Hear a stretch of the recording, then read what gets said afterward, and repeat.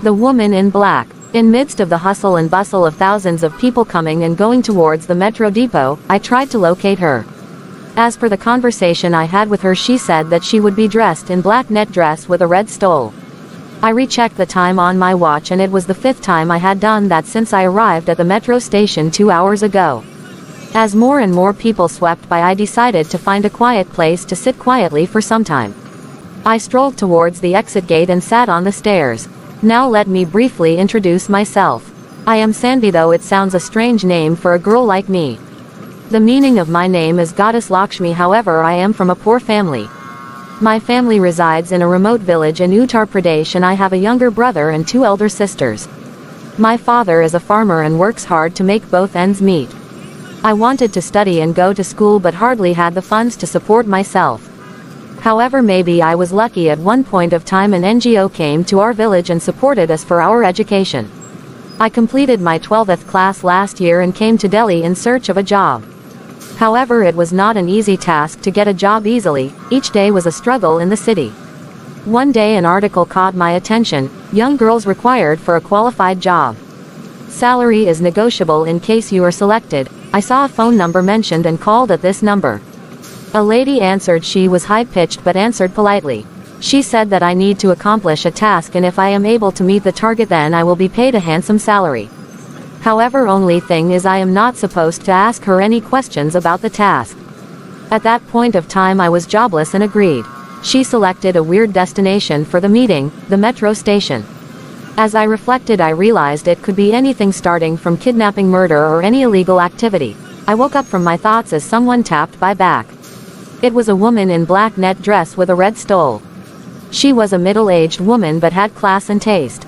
Strong Italian perfume shrouded her as she asked, "Are you Sanvi?" Before I could reply, she seized my hand and led me through the exit gate. A black car with a chauffeur was awaiting. She almost dragged me inside the car. The car started to its unknown destination. The car traveled through unknown roads, huge buildings, crowded streets, and I dozed off at times. I was hungry and thirsty at the same time and smiled at her when she handed me a bottle of water. However, she looked cold and remote, a matter-of-fact businessman sort of attitude. At last the car screeched to a halt near an ancient building. The door opened and an old man servant opened the gate of the car. The lady went inside the house accompanied by me. At one time it was a splendid house, but with time it had lost its glamour. I sat on the sofa and she sat opposite me. She gazed at me from head to toe as if studying if I could accomplish the task. A strange thought passed my mind: if she was dragging me to prostitution. I shivered at the thought. Finally she spoke. "I know you need a job desperately. Hope you know housekeeping and cooking. You need to work at a homestay in Himachal Pradesh. The owner of the homestay is a man named Niraj. He is the manager as well. He has some helpers. 2 to 3 families come to stay there every season. You will receive a salary of 12,000 along with food and accommodation. However, the reason why I hired you is very different. There is a specific family that comes to spend their vacation every season from Delhi. Mr. Mirza and his family. His family consists of his wife, who is a lady of class and dignity. Mr. Mirza is an attorney and well versed in the field of law. The reason why I am sending you there is to keep an eye on Mr. Mirza, what he does, where he goes, and with whom he spends his time. I will provide you a smartphone and you can capture photographs which you think is important. You will be paid extra for this. Let me tell you, in case you feel that I have not warned you, the man is dangerous." The last sentence rang into my ears, yet I agreed. I wished I had quit then and gone back home, but the salary was too much for me to resist. Things went so fast I hardly understood when my bags were packed and loaded on a car. The driver sat next to me and the trip started. The hustle and bustle of the city life gradually subsided to hills and valleys. The driver was strictly professional. He did not spoke a single word in the entire trip, as if he was instructed to do so. I dozed off as the car headed on towards Solan, a district in Himachal. The driver tapped on the glass window next morning and informed me that I had reached my destination. It was a beautiful hotel with a beautiful hillside view. Homestay was written in bold letters near the entrance of the hotel. I took my luggage and headed towards the reception. A very young lad of around 20 years approached me with a smile and introduced himself as Niraj, the owner of the hotel. I was expecting an aged person, however smiled back and acknowledged the greeting.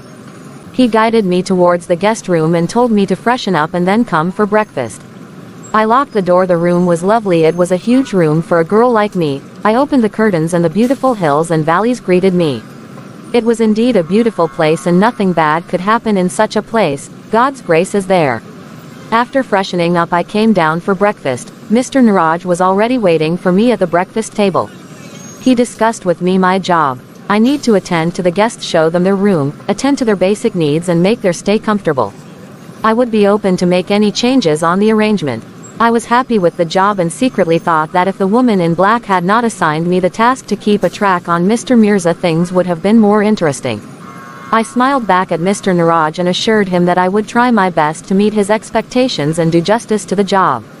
Mr. Niraj said that I can take rest today and resume my duties from tomorrow. He also handed me a phone and said that I could use it as long as I continue my job here. I thanked him and went back to the guest room. In the afternoon I strolled around the homestay.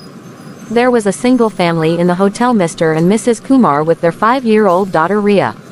They were a pleasant couple and greeted me as they meet me in the garden. Beside me there was the gardener Mohan, the cook Megha and the waiter Bulbul.